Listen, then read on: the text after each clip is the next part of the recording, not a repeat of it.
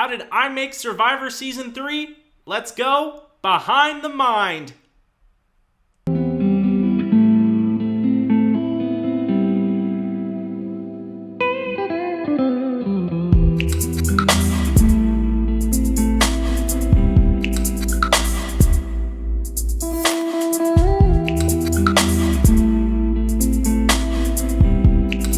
When creating a Survivor game, I tend to focus on 4 major aspects: the challenges, twists and themes, idols and advantages, and the format of the game. These 4 aspects that help guide me to create a Survivor game would not be rock solid until later on.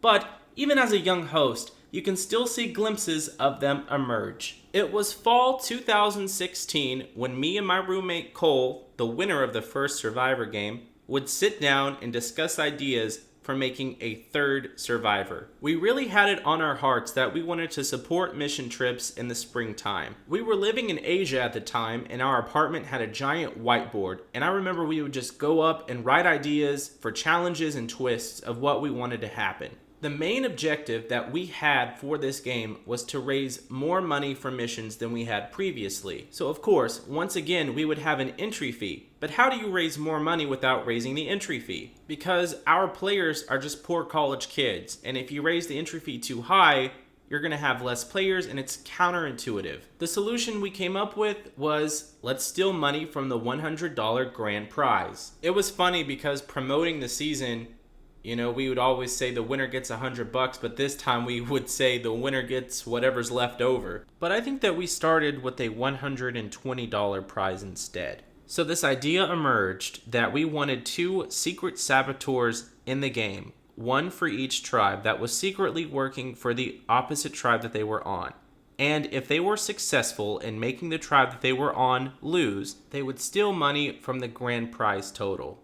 So naturally, since there are 2 saboteurs in the game, one for each tribe, and a tribe has to lose, this would guarantee that money would be stolen from the grand prize every round. And how do we make sure that the money stolen goes to missions? Simple. We just make the 2 people in charge of the missions the secret saboteurs.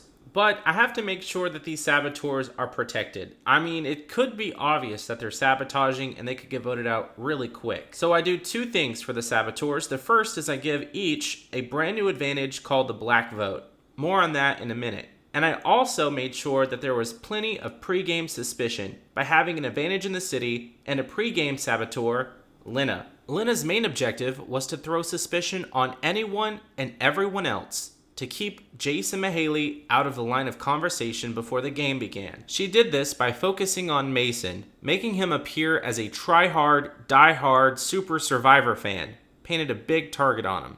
She also focused on Dylan, reminded everyone that he's this big competitor, almost won the first 2 Survivor games, and is super controlling. So Lena was aware of the whole cast of Season 3, as well as who the saboteurs were. She even mentored Mahaley a little bit. When it was time for the game and only 11 players showed up, we needed that 12th person to have an even number.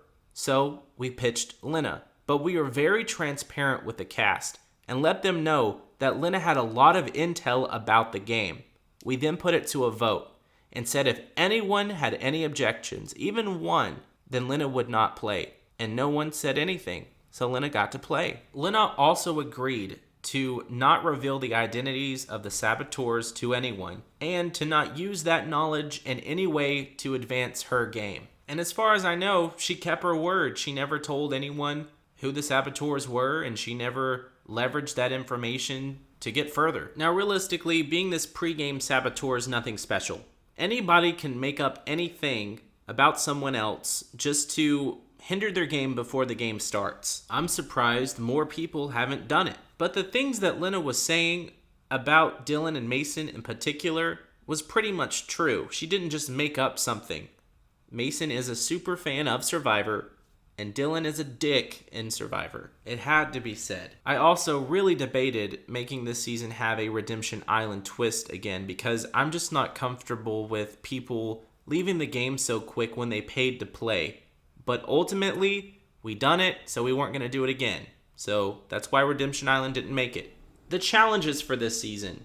We did see a couple of challenges return from seasons 1 and 2, as well as some brand new challenges, like No Man's Land, The Hunger Games, and of course, Netflix and Chill. But my favorite was the Mousetrap. When designing challenges for this game in particular, I thought about the saboteurs and giving them challenges that were easy to sabotage, whether that was with a puzzle, a fear element, or just racing. And when it came to individual immunity challenges, I wanted to recreate several Survivor classics, but also make sure that they were very diverse by focusing on different skill sets. Whether that was memory, balance, handling pain, chugging an icy, mental fortitude, or physical strength, I wanted every challenge to bring something different to the table. In this season, we introduced our first still a vote advantage, but also a brand new advantage called the Black Vote. This was given to the saboteurs before the game began, and they could use it whenever they liked if they felt like they were in trouble or they wanted to frame someone else. They would simply write a person's name, and that person had immunity. Now, I definitely do not like just giving out hidden immunity idols before the game starts.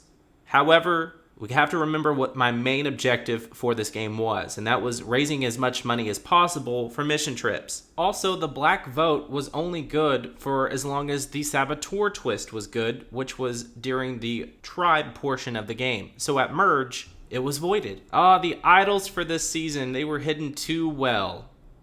You hate to see it. The idea just hit me one day to put the idols in trees, and I loved the idea immediately. I would use fishing twine to throw the idols over a high branch and tie the twine at a base of the tree. That way it couldn't be seen.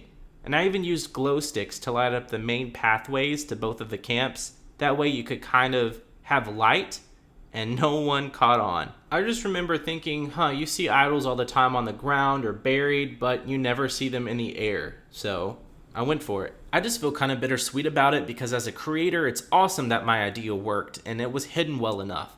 However, as a host, I love to watch stuff go down and implement things into the game that will change the dynamics. And an idol definitely can switch the game completely, and it was never introduced, so I feel like some doors got closed because of it. But who knows? I mean, Ryan still won every single individual immunity challenge at the end of the day. So idols or no idols, she's not going anywhere. As for the format of the game, on the recent season of Survivor at this time, we got to see the first tribal council where multiple tribes went to tribal council. And I thought it was so cool. I mean, it just opens up a whole lot. Are you going to vote for someone on your side of the fence? Are you going to take the shot over? Is it going to go to a tie? It really solidifies things. So my thought process was, how can I make this even more uncertain? So I implemented the tribe swap right before a tribal where both tribes are going to attend. So what are you going to do at that point? Are you going to side with your new unfamiliar tribe? Or are you going to vote with your old tribe? And what if this new tribe targets an old ally for you? Are you going to go AWOL or are you going to speak up and try to switch the targets? Ultimately, what this is going to do is force people to make decisions that is best for them. And that's what I wanted. Coming right off of the heels of Season 2, where we seen Minnie T and Lauren do everything that Dylan said, they didn't have a free-thinking thought for them. And this forced individuals to think freely for themselves very early in the game. I added another layer of complexity to this round by offering all the players a clue to the hidden immunity idol if they would not attend the upcoming tribal council. What? An idol clue and immunity? Are you crazy, Cheston? No, I'm not. Because this is probably one of the most important votes of the whole game. It's just early enough to determine which path is going to branch from it. And by Jacobs missing out on this, he didn't get to play the game with his number one ally, Dylan.